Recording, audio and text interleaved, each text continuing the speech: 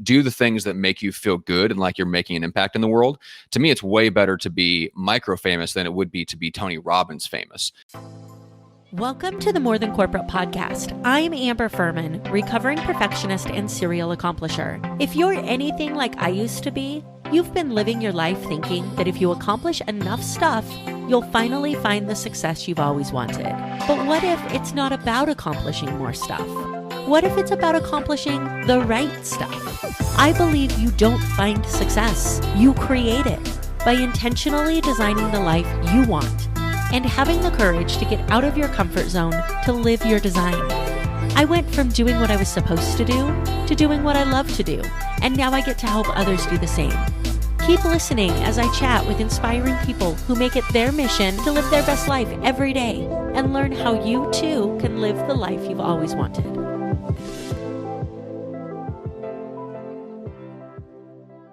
Welcome back to another episode of the More Than Corporate podcast. I am super excited for the guest that we have today. Again, as always, we're live streaming this to the Success Center community. So if you're listening to the audio version or watching the YouTube version and you want to be involved in this conversation, head over to Facebook, join the community, and you'll be able to be a part of the recording.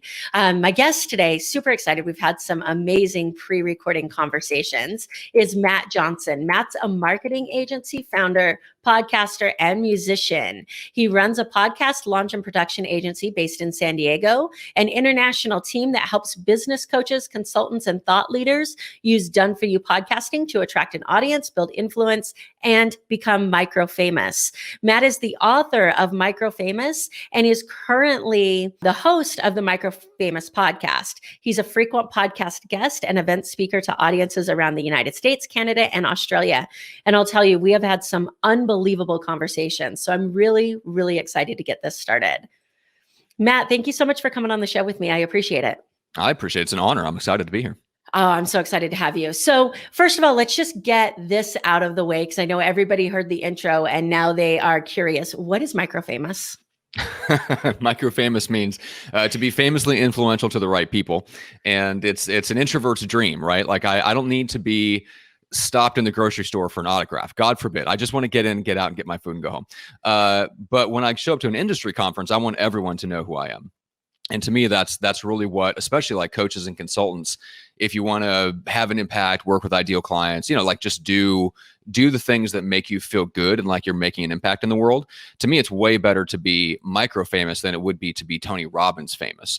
I really don't want to live that life of constant motion. Right. And so, yeah, most of the people that I work with are the same way. Even a lot of the extroverts I work with are not big on social media. They appreciate Gary Vee, but they're not about to go spending all day taking 15 selfies on Instagram. So that's really where MicroFamous came from, was working with those sorts of people and kind of being in the podcasting world, seeing a different way that things can be done and then just systematizing it. It's so powerful what you talk about because, we talked about this before we came on air, but the idea that you have to be everywhere, you have to be everything to everyone doesn't work for introverts. We're going to get into introverts in just a minute for all of those of you who are listening. That's like, I'm not one of those people, right? So we'll dig into that because chances are you are one of those people. Mm-hmm. But the idea that you have to be everything to everyone. This was something that really stuck out to me with your content, is being everything to the right people. And I was thinking about a quote that I heard, and I don't remember where I heard it. I was having a conversation with somebody and they said, it's not about how many people you know, it's about how many people know you. Yeah. And I thought this was really a cool representation of that, is being famous to the people who are going to help other people know you. Yeah, so true. Yeah, and when I think of, like if you want to make an impact on the world, it's not just about being like people knowing your name or even knowing your face. Like you've got to be known for something. And when you speak, people have to listen and take action. So that's why I'm so keyed in on influence. Because if you want to make an impact on the world, when you speak, people got to actually take action. So yeah, it's a combination of, you want to be famous, but ultimately, if you want to make an impact, you want to be famously influential, because when you speak, you want people to actually get their butt in gear and do something, especially if you're coaching. I mean, if you've done any type of coaching and consulting for long, you know what it's like to pour your heart and soul into somebody. and watch them go, yeah, that sounds great. I'm going to do this over here. And then just Yeah. screaming off in the other direction.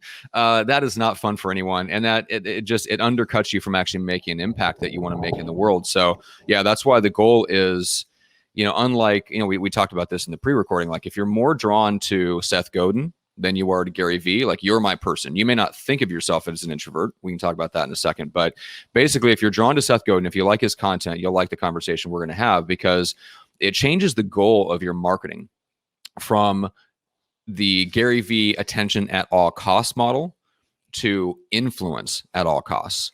And to me, like that's where the entire focus of my marketing is completely different. I do not focus on what gets the maximum number of eyeballs.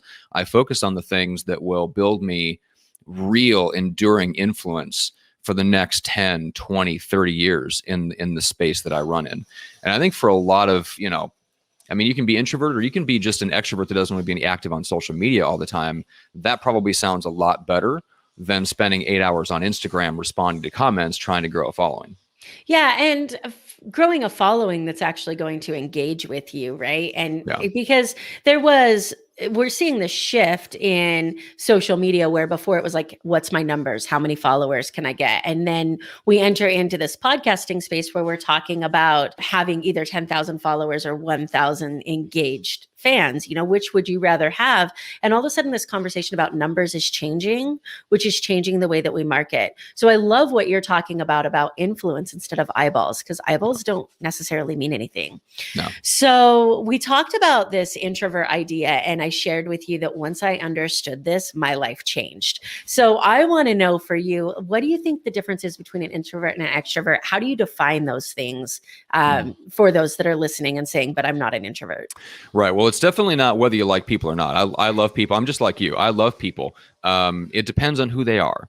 And I've realized that the circle of people that I want to surround myself with on a day-to-day basis is probably smaller than other people's.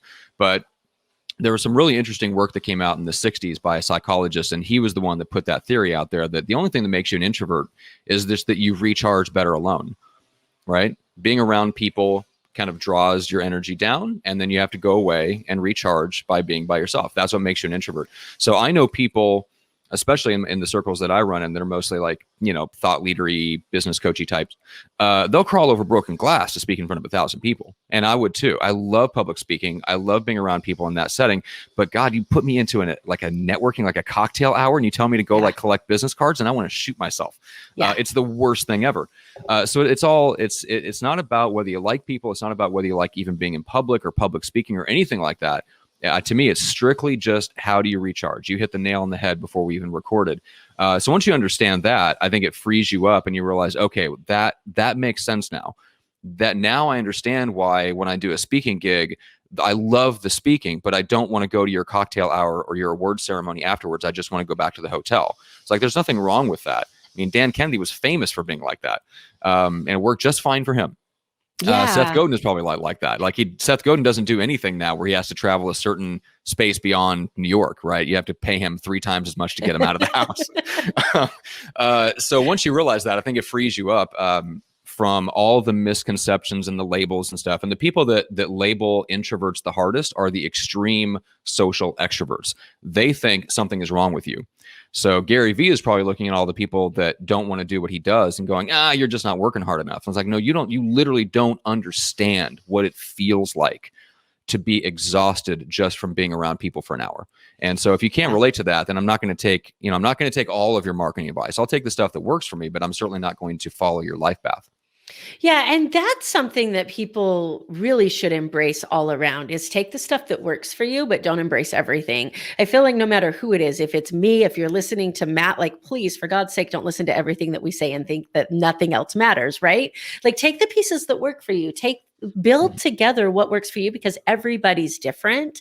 But there's so many people that fall in, okay, this person says this, so I have to do it. Oh, wait, this is different advice. So what do I follow, right? Yeah. It's this trial and error. I also want to bring to light the idea that, like, first of all, I share your networking I don't even want to call it a fear, just disgust with being in a room. Disgust.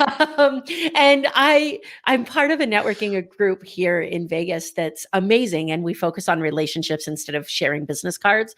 But you're right. You get yourself in a room where you know that like somebody's coming at you with 27 business cards and they're going to give them all to you and just hope that they make them somewhere other than the trash can.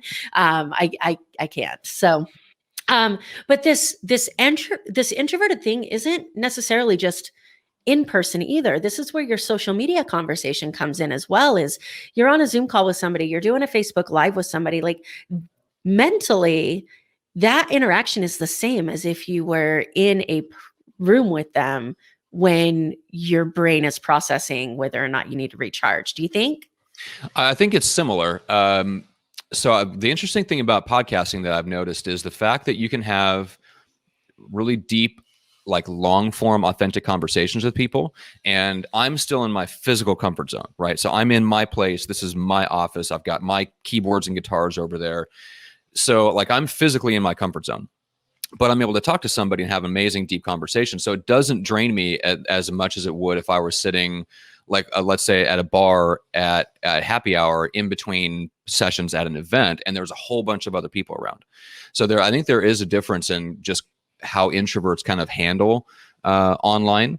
But when it comes to social media specifically, man, what it takes now to get attention, like it takes more time and energy to reach somebody on social media now than any time in social media's history, because social media has evolved to the point where they've decided what they want is for you to be on your phone, creating the content like as close to real time as possible, and then engaging in real time as much as humanly possible. That's the stuff that like introverts go, whoa, this has gone, like I could handle, like when I could schedule my tweets a month in advance, she had me. Now that I have to pick up the phone and be live, and I have to engage, and I have to be aware of my phone all throughout the business day and into the night so that I can engage with people just to get some more traction, like that's where you've lost introverts. And I don't think the social media companies have really caught up to that, and maybe they don't even care. But right now, that's the reality that we're living in, is that social media has evolved to where they have decided they are going to reward the most outrageous, most extroverted, most social butterflies, and everyone else, the message is, well, either you become that or you become irrelevant. And I think introverts are just looking at that going, man, we can't do it. Yeah. And, we've been having this conversation in the marketing world for a while now about how you should be careful about putting all of your eggs in a social media basket. Like what happens if your account gets disabled and now you don't have a CRM, right? So anybody that's in the marketing field or business coaching field has been telling you, like, get a CRM, get an email list, get this off of social media. But now that social media has become so good at distracting you for the purposes of furthering their agenda for, their advertisers and things to that effect, it's even more important. 100%. Yeah, I was just talking to this over with a client the other day, because he's an extrovert, and he's on Instagram, and he's on TikTok, and he's on YouTube, and he's looking at all these things, and of course he's got like a young assistant in her early 20s, and they're looking, well, how do you tie all these things together? And I just asked him, how do they get on the email list? And of course, the assistant in the early 20s, he's like, well, we don't really, it's like, well, we're promoting TikTok on Instagram. I'm like, I don't care about any of that. How are they getting into the email list? And is the email list growing consistently? It's like, well, not really. We don't have a really good way for them to get in the email list. I'm like, stop. Until you do that, don't worry about any of that other stuff, because that, not only can it disappear overnight, and that's a risk, but that's not everybody. The real risk is that you just won't ever move anybody into a place where you can build a deeper relationship with them. That's what's so interesting about podcasting is the place where people spend 30, 40, 60 minutes with you. They don't spend that much time with you anywhere else, even on YouTube. Yeah. So Instagram, they may see and interact with your post for 30 seconds as it flies by in their feed, but that's not anything compared to the interaction you want that will actually get you clients. So if you build your following and then you leave your following there and you focus all of your time there, best case scenarios, you're trying to get them into the comment section, to messaging, to calls. And that's a hard thing for introverts to do. That doesn't come super natural to us. Like that's a very sales heavy activity. So people that are good salespeople are good at that, because all it is just sales in online form. So that absolutely works. But for introverts, it's tough. And so if that's if you leave your audience there on social media, that's the best case scenario, is you are your own unpaid, unbonused sales rep. And then when you get done selling, oh, by the way, you got to deliver the service too.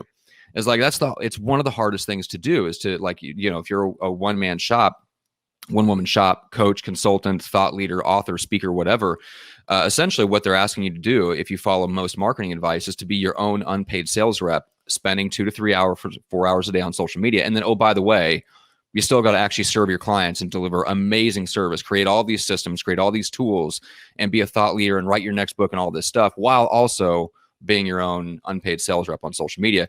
Yeah, just the whole thing is just like a house of cards. It doesn't work. Yeah, it's really interesting because I'm exhausted listening to you explain the process, let alone actually doing it. So Yeah. I can imagine, and you're not wrong. Like, how many, on top of that, it's getting more difficult to differentiate yourself, because how many messages do we get a day? And that filter, for me at least, goes up, that wall goes up of, until I know what you want from me, I don't know if I want to communicate with you, right? Because hi, how you doing is never hi, how you doing anymore on social media, right? No, It is not. always like, please answer me so I can sell you something. And you mentioned wanting to be more influential instead of just, you mentioned eyeballs and influential, but then on your website, you talk about actually making an impact and getting those people from being just numbers to actually making an impact in their lives. And this is a huge discrepancy between social media and what you're talking about now.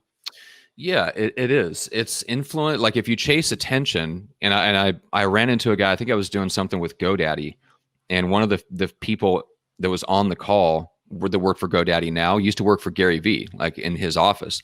And he said, oh my God, like what you said is so spot on. He's like, literally every single meeting that we had about Gary Vee's content started with, how can we get the maximum number of eyeballs on our stuff today?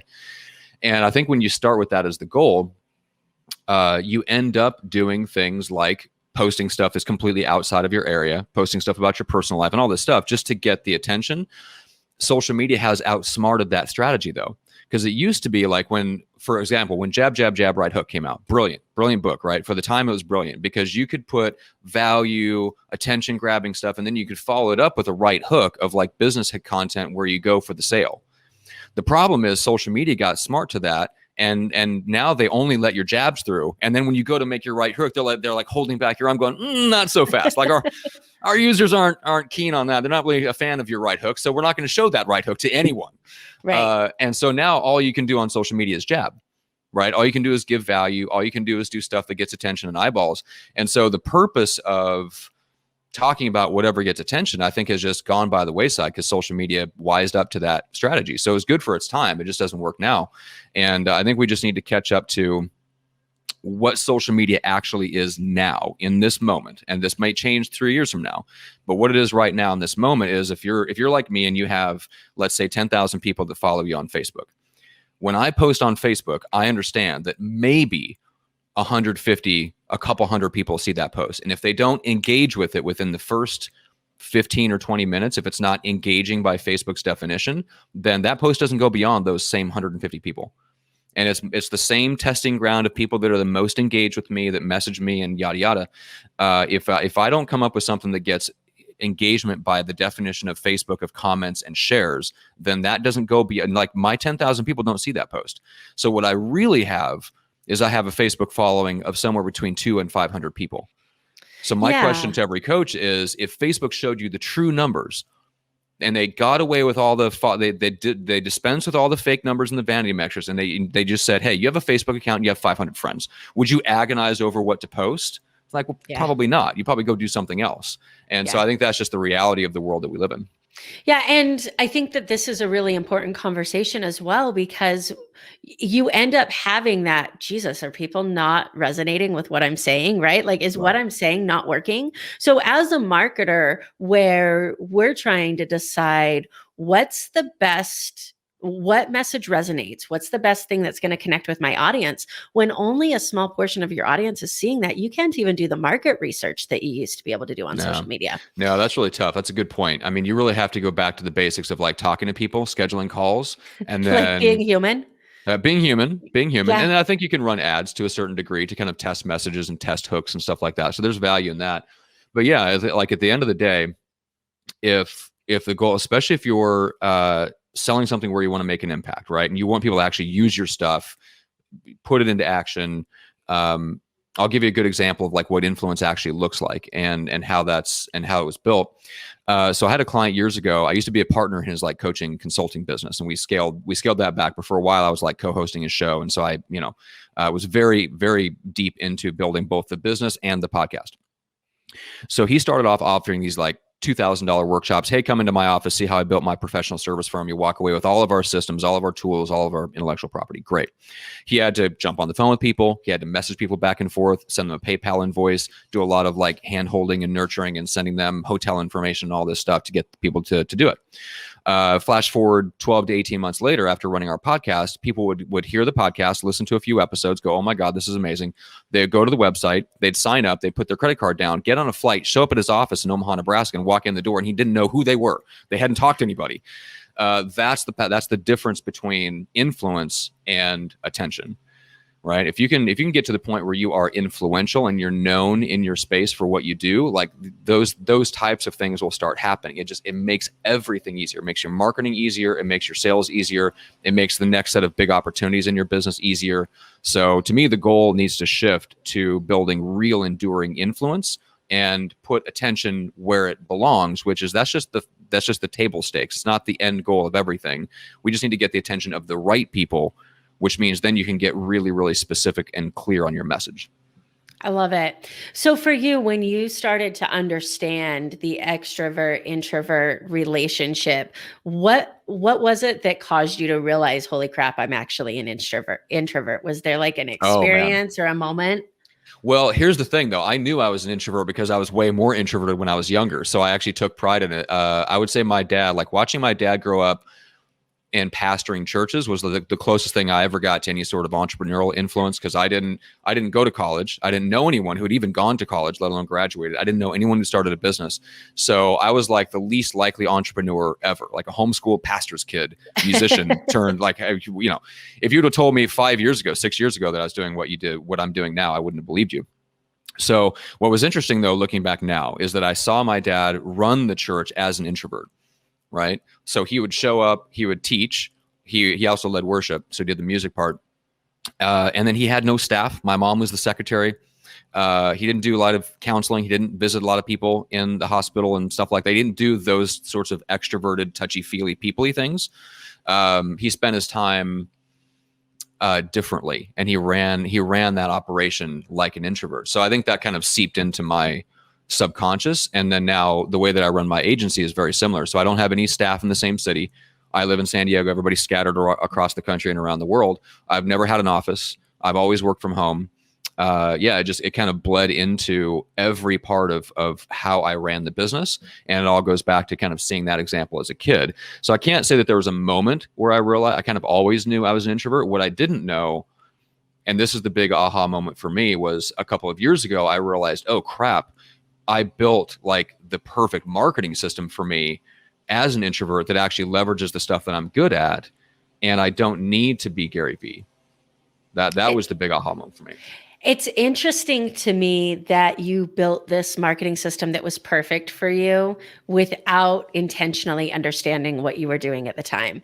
And I think that happens through just honoring your boundaries, setting your boundaries and honoring that for yourself. That's the thing that's screaming at me right now, is like boundaries and exercising them and understanding them to build the business that works for you.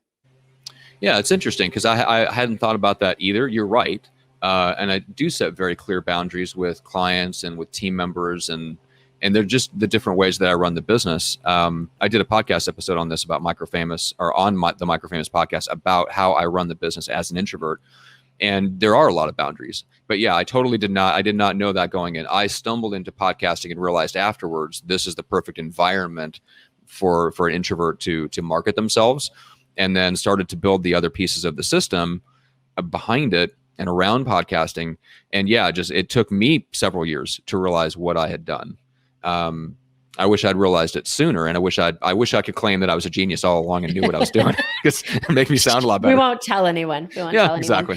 For all of you guys that are listening right now, I really want to highlight this for a minute, because I think that we fall in a trap as individuals that are making career changes or new entrepreneurs. We fall in this trap of thinking that we've got to have it all figured out before we can act. And this is proof that we don't always know what the big picture is going to be. You don't always know where you're going to end up. You're doing the best you can with the resources you have now. And then eventually it grows and you're like, holy cow, I'm onto something. So many people just wait so long to act, thinking they got to have it all figured out. It's true, because you're talking about identity, and I've thought a lot about that over the years, because my identity was so wrapped up in other things that had nothing to do with business that I really struggled when I first became an entrepreneur and had all sorts of limiting beliefs. And I came to the conclusion, like a year in to being like a freelancer, that look, I may not have all my mental mindset stuff together, and I can't really, like, I can picture what success looks like. I can't picture me doing it. I can picture someone else doing it. Interesting. Right. So, but because it clashed with my identity.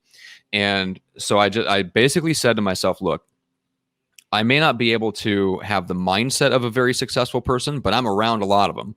And I can do what they do and put one foot in front of the other and see what happens. And that worked for me. It doesn't work for everyone, but it worked for me. And what happened was, over time, over the course of a couple of years of just doing things differently and focusing outside of myself on the things that I could control, that I did, it changed my identity. I love it. Yeah. So like, I would have never considered myself like a full-time entrepreneur several years ago, or a successful business person. That identity change came about from changing the things that I could control, like building systems in my life, building rituals and routines, and just changing what I did on a daily basis, even if I didn't 100% believe that would work. So I think if you do the right things, if you follow good advice and you put one foot in front of the other, you may not be able to feel like you're a different person right away, but it will change you. Yeah, I think that that's a really valuable point that we need to highlight for a minute, because so many people will say, oh, when I feel like this, these are the actions that I'll take, but they never get to that point, because it's the actions that leads to that change of identity. So I think that's really cool to point out. So you have the MicroFamous podcast, you have the book that is released, you have your website with the resources and your newsletter. What is the best way for people to communicate with you and carry on the conversation if they're like, holy crap, this guy's speaking my language? Because it took me 2 minutes. 2 minutes might be generous. It might have been like 30 seconds of like, holy cow, where has this guy been my whole life? For introverts, I hope that's exactly how it feels. It's funny, because I had that same feeling, stumbling across like Seth Godin and Richard Koch and Tim Ferriss and guys like that. So getmicrofamous.com is definitely the best place to connect, because you can get into my email list, get the best episodes of the show, get a digital copy of the book if you want it. If you're more of a physical book reader like I am, of course, you can go to Amazon and grab the physical copy. But the website's the best way, because then if you get into the email list, you get my actual real email and I actually respond. So that's the best place for people to connect, because that's the best way for me to have like an actual conversation with people, because I'm not super active on Facebook. I have the profile so that people don't steal my brand name. And that's kind of just about it. Like, I would rather communicate by listening to podcasts and talking with people through email. I love it. I love it. All right. So let's make a quick switch here for just a minute into the success element of this podcast. I ask every single one of my guests, what does success mean to you? How do you define that for yourself? Well, freedom's my number one value. So it's definitely freedom, and specifically having like the three, I think it's time, financial, and then location freedom, like the mobility. So, for me, I've been very fortunate to build a lifestyle that gives me those types of freedoms. And so I feel like I've achieved that. And now I just want to keep building my leadership skills and building the systems of the business so that more and more of it runs without my active involvement. But in terms of like success, like what I want my daily life to look like, that's probably for an introvert, that's the best definition of success, is I get to control what my day looks like and who has access to me, and for how long.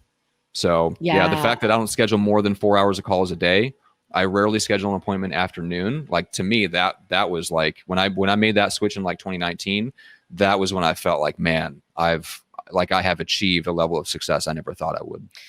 It's so important. It's so powerful that you say that, because we were talking about this before we started recording, that we try to jam so much in. We try to be that person that's going to work 10, 15 hours a day because that's what we're told we're supposed to do. And that might work for just a little bit, but then we end up crashing. I made the joke that unfortunately is completely true about watching 17 seasons of Law and Order and wondering like where all my time went, right? But we end up numbing in whatever way that is to just give that back to ourselves. Whereas if we embrace that boundary of 4 hours of calls a day, we would actually get a lot more done than 15 hours a day and then 17 seasons of TV. Yeah, as much as I love a Law and Order, I'm going back through The Mentalist right now. Literally watch. I'm on season 5 of The Mentalist. Okay, so here's what freed me up from that. Richard Koch, the guy that wrote the 80-20 principle, he did an amazing interview with Tim Ferriss just here within the last couple weeks, and I had heard him talk about like his daily schedule and stuff like that. That guy is a half a billionaire, and he started off as just a consultant. And he put all of everything, at one point, he put everything that he had in the bank into an investment. He does not work more than a couple hours a day. Once he stopped being a consultant, he's never worked more than a few hours a day. Warren Buffett's the same way. So like once you, that was really what set me free from that, is I want to focus my 3 to 4 hours a day of work that I do. I want to focus that in that sliver of 1% of activities that absolutely move the business forward, because ultimately 80% of the rest of that stuff doesn't actually affect the outcome. Yeah. And for the person out there that's saying like, I want to only work 4 hours a day, I'd really encourage you to take a look at your schedule and figure out how much, because I would bet you're probably not working more than 4 hours a day now, right? I would agree. You might be at work for more than 4 hours a day. You're probably not working for more than 4 hours a day. This was one of the most painful lessons I had to learn, is never, ever, whoever your coach is, never tell them that you just don't have time to add anything else to your schedule, because they will show you how wrong you are.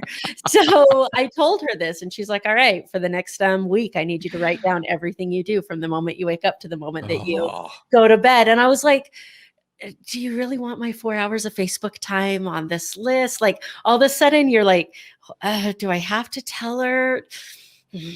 Yeah, that's the way that this went. So, when we start to really become accountable for where our time's going and really have those honest conversations with ourselves, then we can get to the point where we're actually spending our time where we want to spend it. Yeah, 100% agreed.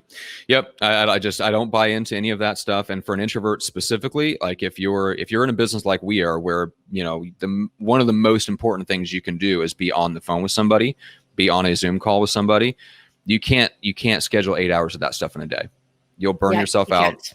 I found, like when I was doing that early on in the business, I found out that I needed an extensive, rigorous, disciplined morning routine, because I was bracing myself for 6 to 8 hours of calls.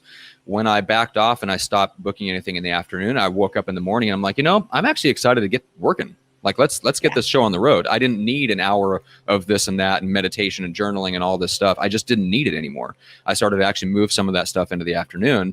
So part of what used to be in my morning routine now is in my afternoon visits to a coffee shop, because I don't need that just to brace myself to get through a day as an introvert. So yeah, if you're definitely on the introverted side, start looking at your schedule and going, is this actually, just apply the 80-20 rule to all of that stuff and go, is this actually moving the needle in the business? Is it making a difference by me showing up? And if not, just start lopping it off and see what happens. Oh my gosh, there's so many powerful things here, and we're touching on so many amazing topics that we could go deeper into if we had like 4 days to talk about being able to delegate those things to other people, letting go of control of those other things. Like all of this really falls in this conversation, but the biggest part of it is honoring yourself, how you recharge, setting those boundaries for yourself. Because if you're exhausted, you're no good to anybody, right? And I shared with you before we came on that understanding this changed the game for me personally and professionally. And the reason for that is because I was totally okay to put myself in a timeout for 5 minutes. Like it was totally okay to say, okay, I need to go find a corner and I need everybody to leave me alone. Yeah. And it's really funny because just this last February, I was at an event with my family, and I had been with them this one day from like 8 a.m. until almost midnight. And I was done. Like I hadn't had a moment to myself. So we were getting ready to go out to one of the meetings. And I told my mom, I was like, dude, I just need you to leave me alone for 5 minutes. And of course, like that doesn't go over well when you're telling your mom, like, just leave me alone. Right. Yeah. And so at some point in time, I'm almost in tears. She's telling me I need a new business coach because I'm not like expressing myself. And I'm like, no, you're not hearing me. I need you to leave me alone for 5 minutes. Right. Yeah. So as soon as you understand this and you're able to say like, just give me a timeout for 5 minutes, all of your relationships get better, business and professionally. So that's true. Honor that in yourself. I think that that's one of the most important things that we're talking about. Yeah. So with that, those boundaries, honoring that for yourself, you've talked about your definition of success. When things start to creep up and you start to realize that you're spending more time in places that you maybe don't want to be, or your ship's going off track a little bit, like how do you, number one, notice it, and number two, correct it? It's a great question. So there's a couple things that I do that I think help with that. Number one, I track my sleep, and I track how I feel when I wake up in the morning. And when I start to notice those numbers going down, like I'm waking up early in the morning, or the quality of my sleep isn't good, or whatever. Anyway, so, and I haven't worked with my business coach officially in 2 years. I still send him an email, a daily report every day of that stuff, which he finds endlessly hilarious, and still reads, by the way. So I track that stuff, and then that gives me the early warning signs. And then one of the preventative measures that I installed as a result of tracking that stuff and seeing what I was doing is I scheduled a weekly call with my executive assistant. She's in the Philippines. She works for me, X number of hours a week. But without fail, we jump on every week, even though she doesn't need it necessarily. But what we do is we go through my emails. So she screens all my emails. I only answer the emails that actually need me. Number two is we review and interrogate my calendar together. And I look at the next 2 weeks of appointments, and I go, am I putting stuff on the calendar that doesn't actually need to be there? And I talk it through with her, even though, what I'm saying, it's the act of forcing yourself to interrogate your calendar and really look at what's essential. Like that has really helped. My mind's going crazy right now. I feel like we need to have some real conversations outside of this because like, game changer, yeah. Especially when you're working with virtual assistants. So yeah. I want to be respectful of your time. I know that we're coming to the end of the time that we have here. Again, in the video, if you're looking at this, you see the getmicrofamous.com. If you don't see it, type it in, go there, and connect with Matt. Before we wrap up, I'd love to do a quick random round, let everybody get to know you for just a minute. Are you okay with that? Sure, hit me. Perfect. If you could time travel, where would you go and why? I would probably time travel to the late 60s. Like, yeah, Jimi Hendrix is playing, like I'd go back and try to beat Jimi Hendrix's drummer. The fact that your answer revolves around music is the reason that you are my people. Like on so many other music, yeah.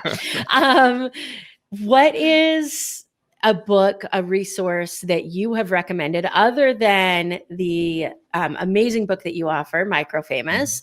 What is a resource that you would offer to those who are listening that are starting on their entrepreneurial journey? The Systems Mindset. Oh, that is an amazing, life-changing book. It changed everything. It's amazing. Just go check it out. Perfect. If you could have any profession other than what you're doing now, what do you think would be fun to attempt? Architect. That'd be really? Yeah. Well, that's my personality type. I'm literally like in the 16 personality system. I'm an architect. So yeah, that would it's the blending of art, but it has to work in the real world. The measurements have to be right. That's an interesting thing. It's like art that's bounded in reality. I love it. My brand is actually Success Architect, Design Your Life. So that's my favorite answer anybody's ever given me. And it's the same reason. Design it. It's got to fit, right? Like it has to work. So it has to work. That's really cool. All right. So my favorite question, the music question. Okay. What's your pump up song? Ooh. Oh man, there's so many to choose from. Audio Slave, Gasoline. I love it. So the moment that I ask that question and somebody like sits up and all of a sudden like color comes to their face and they're like, "Oh, let's go." I'm like, Uh-huh. dude, we're, I was yes, gonna say, like, people. I really have to like not regale you with 17 different songs. You know what I'm saying? I'm the Alice in same way. Chains, Dream Theater. Like I could go I'm the same way way. deep. Yeah.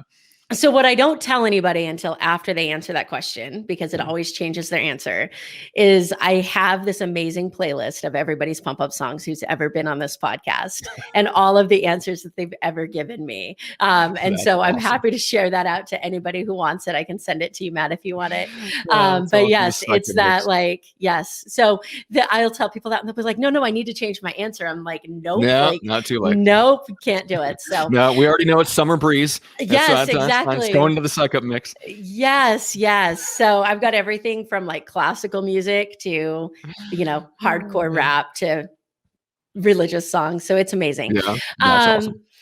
Matt, thank you so much for your time. I really appreciated it. If you're Yeah. listening to this, go check out the book, check out the website, get on his email list. I promise you, especially for those of you out there who are introverts or who are closet introverts that are going to, make your way out of there so that Matt can help you. You will be so thankful you did. Thanks, Amber. Thank you so much for listening to this episode of the More Than Corporate podcast. If anything that was said during this episode resonated with you or provided value in any way, it would mean the world to me if you would head over to iTunes and leave a rating and review for the More Than Corporate podcast. Thank you so much for taking the time to do that. I'm really looking forward to connecting with you. If you'd also like to connect, I've created a Facebook group that is full of amazing people who also make it their mission to live their best life every single day. If that sounds like something that you're interested in, the name of that Facebook group is Success Center. Head over there, request to join, and I look forward to connecting with you soon.